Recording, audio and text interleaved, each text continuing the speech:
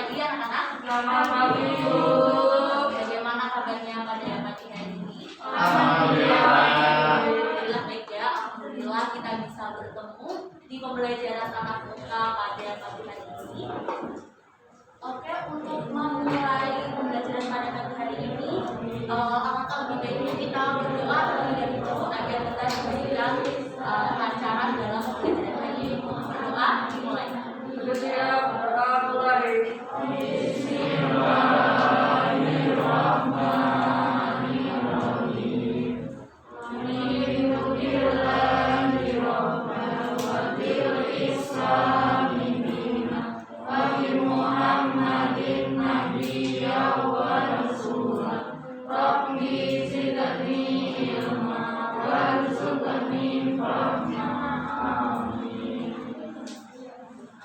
Setelah berdoa, Ibu mau perkenalan terlebih dahulu. Walaupun kemarin kita sudah bertemu di Google Classroom ya, tapi ini baru pertama kalinya kita bertemu secara tatap muka. Perkenalkan, nama Ibu Lilis Iswatun Hasanah, bisa dipanggil Ibu Lilis. Ibu dari mahasiswa UNES semester 7 jurusan Sosiologi dan Antropologi. Nah, asal Ibu dari Kabupaten Jepara. Ada yang mau ditanyakan? Belum? Jadi selanjutnya Ibu mau presentasi terlebih dahulu. Nanti jika nama yang Ibu panggil bisa angkat tangan dan bilang hadir ya. Yang pertama ada Ahmad Haidar Hawali. Bisa dipanggil siapa? Ahmad. Ayu Farah Diba. Dipanggil Farah. Selanjutnya Fatin Julianingsih. Dipanggil Fatin. Galuh Kristiana Wahyu. Dipanggilnya Galuh ya. Selanjutnya Humam Mufti Maulana. Dipanggilnya Humam. Selanjutnya Lisa Rezeki Rahmawati. Dipanggil Lisa. Selanjutnya Mei Prastiawati. Dipanggilnya Oki Adi Kurniawan. Dipanggilnya Adi. Oki. Selanjutnya Raihan Rafli Wismadi. Dipanggilnya Raihan. Rifki Aji Julka. Dipanggilnya Aji. Tari Tunggal Dewi. Dipanggilnya Tari. Tasya Rahman Nursifa. Dipanggilnya Tasya. Apakah sudah Ibu panggil semua atau ada yang baru? Sudah. Baik. Kita langsung saja untuk masuk materinya. Silakan dibuka LKS-nya. Halaman 30.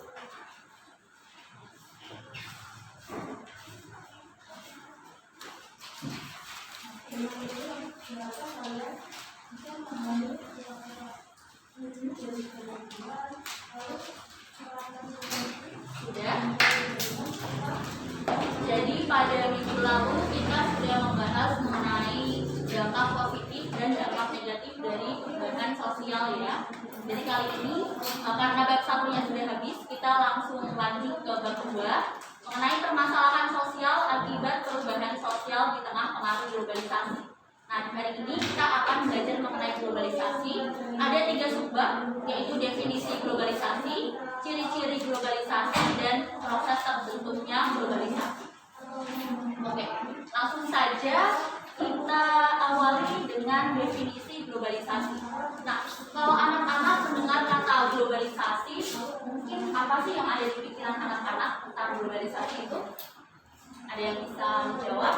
Oh ya, kalau yang mau menyampaikan pendapatnya bisa angkat tangan, nanti diberikan nilai tambahan ya. Oke, siapa yang ingin berpendapat?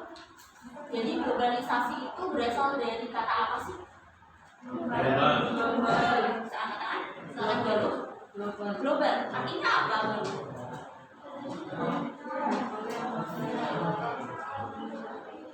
Bisa lebih keras?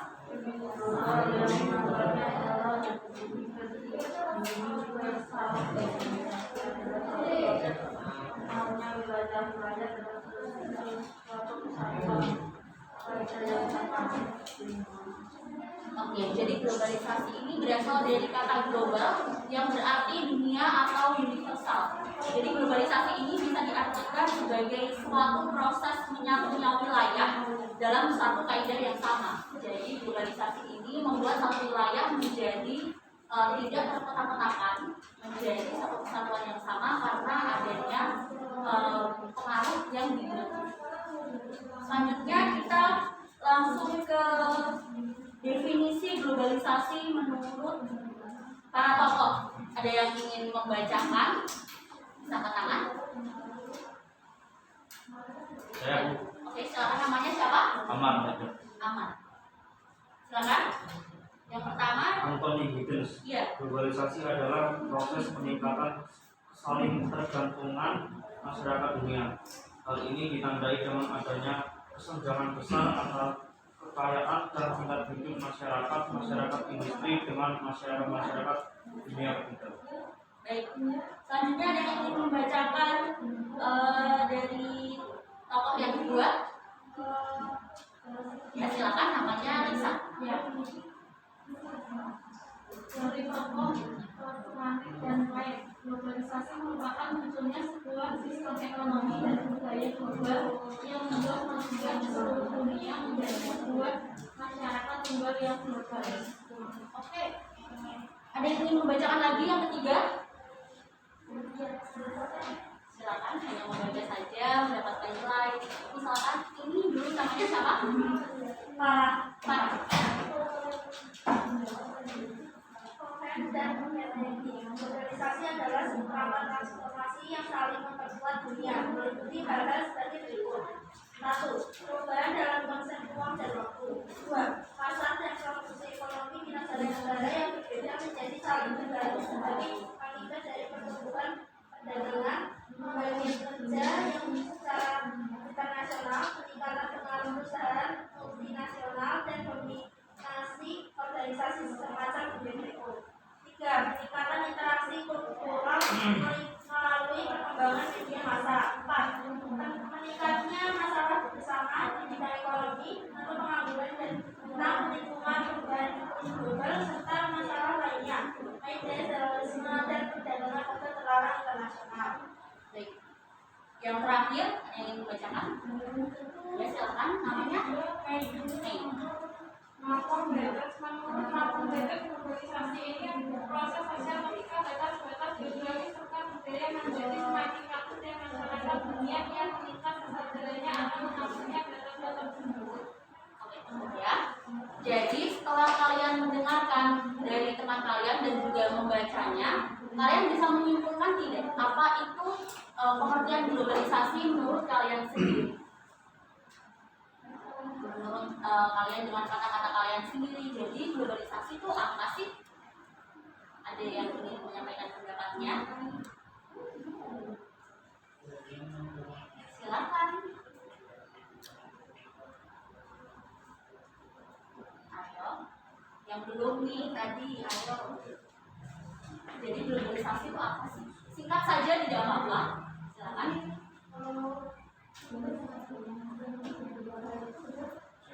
Oke, silakan.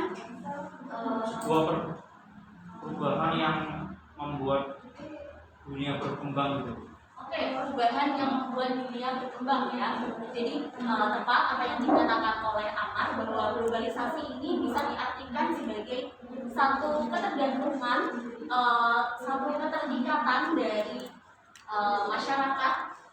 Selain itu juga antara satu bangsa dengan bangsa yang lain sehingga saling terikat, membentuk satu perubahan tadi yang bisa dimulai karena adanya perdagangan, adanya investasi, adanya budaya, sehingga batas-batas di wilayah negara ini menjadi sempit atau tidak terikat lagi.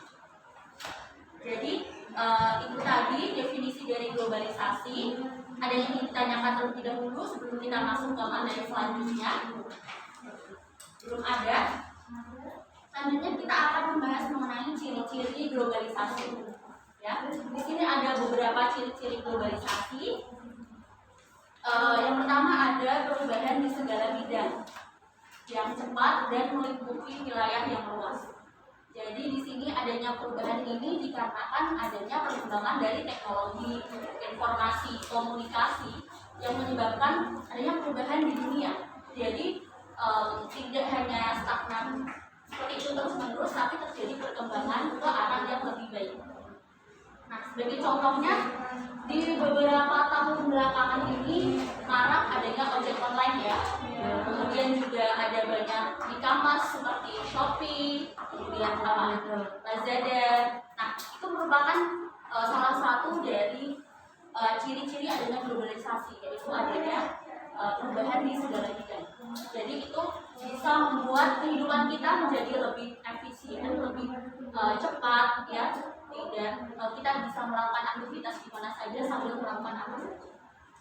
Nah, ciri-ciri yang kedua ini adanya filter yang menyaring pengaruh yang masuk agar tidak mempengaruhi kepribadian bangsa. Jadi banyaknya pengaruh dari budaya luar yang masuk ke Indonesia tidak hanya kita terima mentah-mentah saja, tapi juga kita saring apa baiknya dan apa buruknya, apa yang bisa kita ambil dan tidak. Seperti itu ya. Yang ketiga, kuatnya daya saing karena derasnya arus informasi dan komunikasi. Jadi karena sistem informasi dan komunikasinya semakin canggih, jadi banyak industri itu yang semakin menonjolkan dirinya. Jadi dia tidak mau untuk tertinggal dari industri-industri lain. Misalnya di perdagangan tadi, banyak sekali e-commerce ya, banyak sekali pedagang yang menjualkan dagangannya di online shop. Terus mereka juga menampilkan foto-foto yang menarik, menampilkan video-video yang menarik. Kenapa? Itu untuk menunjang produk dia agar tidak tertinggal atau lebih terlihat menarik, agar banyak pembeli yang membeli produknya. Jadi mereka tidak gulung tikar seperti itu. Bisa dipahami? Selanjutnya, adanya ketergantungan antara satu negara dengan negara lain akibat dari pertumbuhan perdagangan internasional. Jadi seperti yang tadi, ketergantungan antara satu negara dengan negara lain. Jadi negara itu tidak bisa berkembang dengan sendiri. Mereka pasti membutuhkan negara lain untuk saling melengkapi untuk berkembangnya satu negara itu. Jadi misalnya di Indonesia banyak sumber daya alam, tapi Indonesia kesulitan untuk mengolahnya. Jadi Indonesia juga memerlukan negara lain, negara yang bisa mengolah sumber daya alamnya. Jadi tidak bisa Indonesia ini berkembang sendiri dan harus menemukan negara-negara lain untuk saling berkolaborasi. Seperti itu. Yang kelima, ada ciri-cirinya perubahan waktu dan ruang. Ini berkaitan dengan perkembangan informasi, teknologi, dan komunikasi tadi, bahwa semakin banyak perkembangan seperti contohnya handphone kalian. Pasti dari setiap tahun handphone memiliki keluaran terbaru, ya kan, dari dulu yang cuma ada kameranya, terus sekarang sudah ada internetnya, sekarang sudah mulai canggih, bisa di ini, bisa di itu, ya kan. Nah, selanjutnya ada meningkatnya interaksi kultural melalui perkembangan media massa. Ada yang bisa dicontohkan? Meningkatnya interaksi kultural melalui perkembangan media massa. Contohnya di sini yang perempuan pada suka K-pop. Iya. Nah, kebanyakan saat ini remaja perempuan suka K-pop ya. Itu karena adanya perkembangan interaksi kultural. Jadi kita bisa melihat budaya di luar, dan orang luar juga bisa melihat budaya kita. Kita bisa melihat K-pop, terus kita tuh suka ya sama K-pop, sampai apa ya namanya itu, fans itu sampai jadi pacar halu-halunya gitu kan. Nah, jadi kita bisa melihat budaya mereka, bisa melihat musik mereka seperti apa. Namun di luar mereka juga bisa melihat budaya Indonesia, seperti bisa melihat batik Indonesia ataupun Pulau Bali yang sangat terkenal di luar negeri. Bahkan mereka mengetahui Bali tapi tidak mengetahui Indonesia. Mereka tidak tahu bahwa Bali itu ada di Indonesia, tapi dengan begitu mereka akhirnya bisa tahu bahwa oh di Indonesia toh, oh Bali itu ternyata ada di Indonesia. Jadi interaksi kultural ini sangat menguntungkan bagi negara-negara untuk bisa mengetahui budaya yang ada di luar. Selanjutnya, yang terakhir, ciri-cirinya ini mengenai peningkatan masalah bersama seperti lingkungan hidup dan krisis multinasional. Masalah apa sih yang bisa menggambarkan adanya ciri-ciri globalisasi? Salah satunya itu masalah kerusakan lingkungan alam. Misalnya di laut, membuang pohon sembarangan, kebakaran hutan, ya kan? Limbah industri di laut, itu kan laut tidak hanya di Indonesia saja, bisa sampai berkembang ke sana kemari. Terus juga kekurangan sumber daya. Jadi di satu negara ini, kalau mereka kurang memiliki sumber daya alam, mereka bisa saja berinvestasi ke negara yang memiliki sumber daya alam yang banyak. Contohnya negara mana? Yang punya sumber daya alam yang banyak? Indonesia. Nah, banyak sekali negara di luar yang tidak memiliki sumber daya alam. Mereka berlomba-lomba untuk berinvestasi di Indonesia. Kenapa? Karena Indonesia punya sumber daya alam yang banyak yang mereka tidak punya. Seperti contohnya di Papua ada PT Freeport. Dia itu tambang emas ya, banyak sekali emas di sana. Bahkan di ada gunung emas.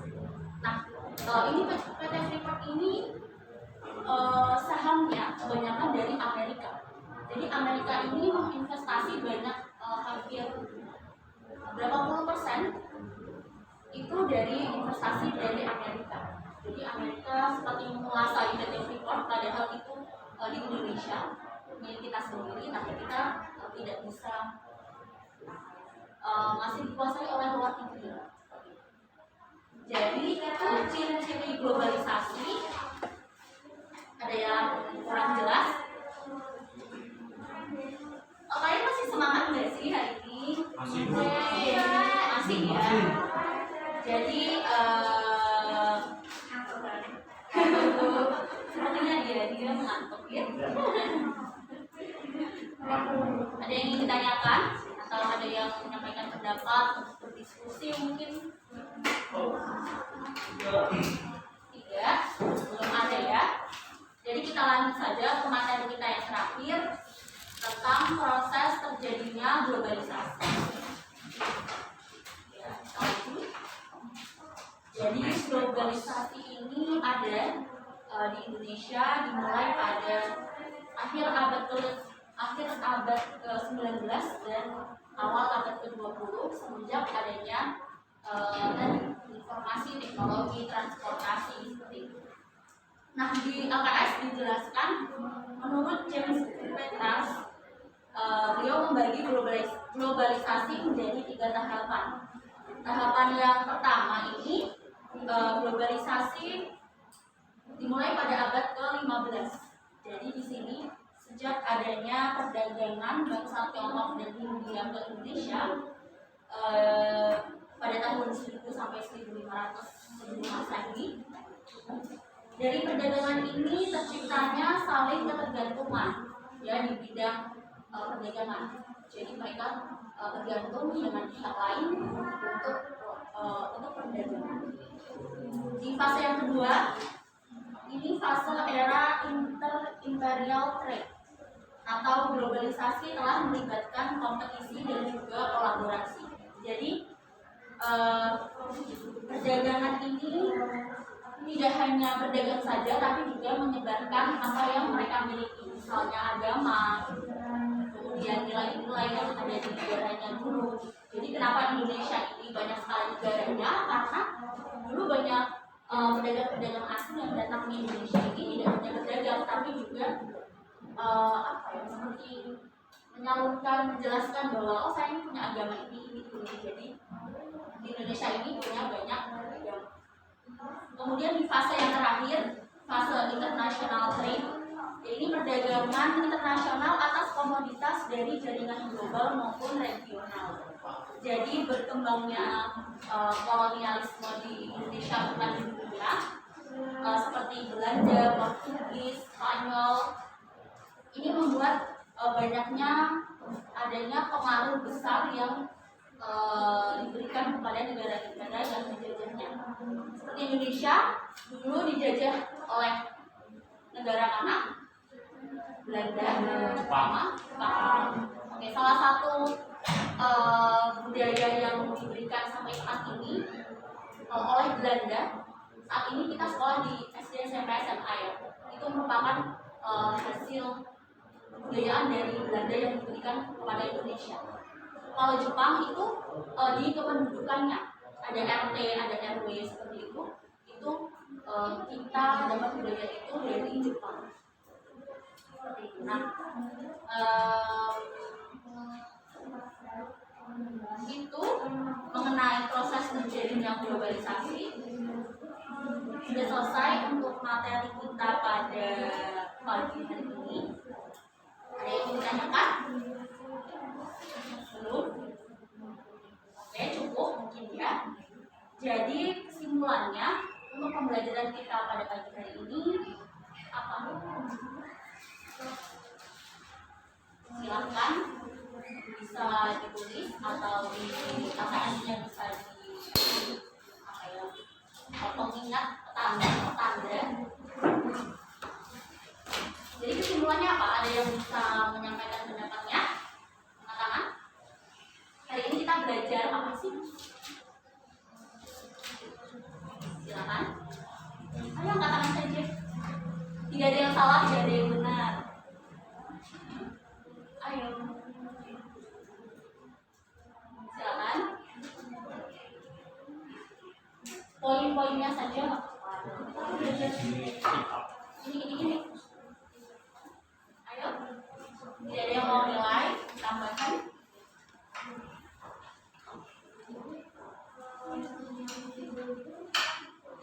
Tulis. Atau bisa langsung diutarakan. Hari ini kita belajar ini, Bu. Silakan. Belajar globalisasi. Namanya Lisa.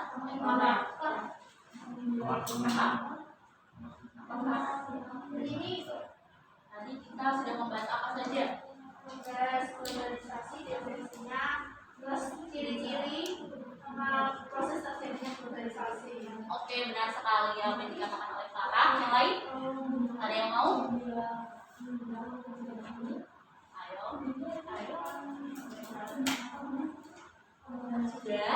Cukup. Basketball. Apa lagi? Oke, sudah cukup.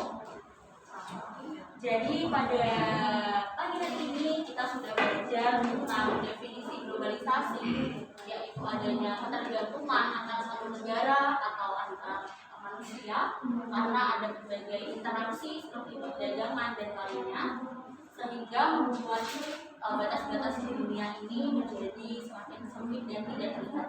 Kemudian ada ciri-cirinya tadi, ada banyak sekali. Ada perubahan di segala bidang, ada perubahan ruang dan waktu, ada kuatnya daya saing, meningkatnya interaksi kultural, dan lainnya. Dan yang terakhir, proses terjadinya globalisasi ada 3 tahap. Ya, yang pertama pada tahap awal, kemudian pada tahap era inter-imperial trade, dan yang ketiga ada di fase internasional. Oke. Nah, sudah semua pembelajaran kita pada pagi hari ini. Oh ya, Ibu sudah mengupload juga materinya di Google Classroom, nanti dicek ya.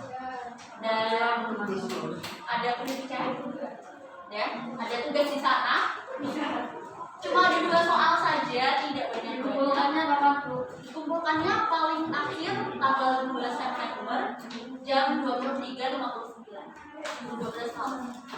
Oh ya, untuk yang belum mengumpulkan tugas yang kemarin, Ibu tahu nama-namanya. Silakan untuk mengumpulkan.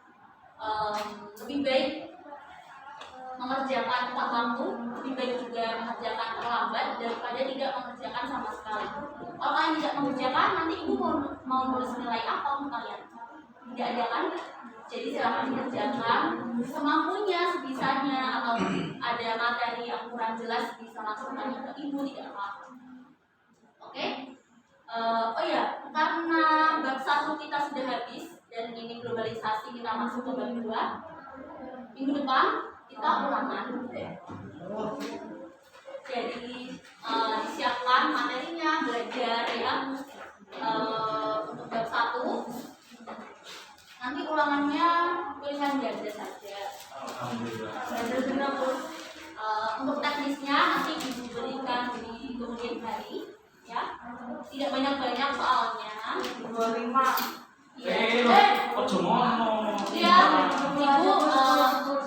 kan siapa tadi namanya Galuh ya? Kan tinggal 25, ini bentuknya juga kan. Jadi nanti soalnya 25 aja. 10.